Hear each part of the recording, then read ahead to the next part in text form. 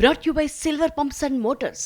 Top quality और consistent performance के लिए सिर्फ सिल्वर पंप्स नाम याद रखना। ఒక టాపిక్ మనం చూద్దాం బ్రేకింగ్ రూపంలో ఇవాళ ఆంధ్రప్రదేశ్లో పెన్షన్ల పండగ నెలకొంది. ఎస్, నిజానికైతే రేపు ఇవాళ 1వ తేదీ కాబట్టి, కానీ రేపు ఆదివారం కాబట్టి ఒకరోజు ముందే ఇవాళనే రాష్ట్ర వ్యాప్తంగా వృద్ధాప్య, వికలాంగ, వితంతు పింఛన్లు పంపిణీ చేస్తున్నారు. ఈరోజు అంబేద్కర్ కోనసీమ జిల్లాలో చంద్రబాబు పర్యటించబోతున్నారు.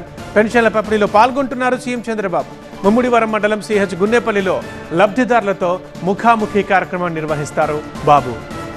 విశాఖ వెస్ట్ లో లబ్ధిదారులకు పెన్షన్లు పంపిణీ చేశారు ప్రభుత్వ విప్ ఎమ్మెల్యే గణబాబు. మర్రిపాలెం 57వ వార్డులో తిరుగుతూ పింఛన్లు అందజేశారు గణబాబు.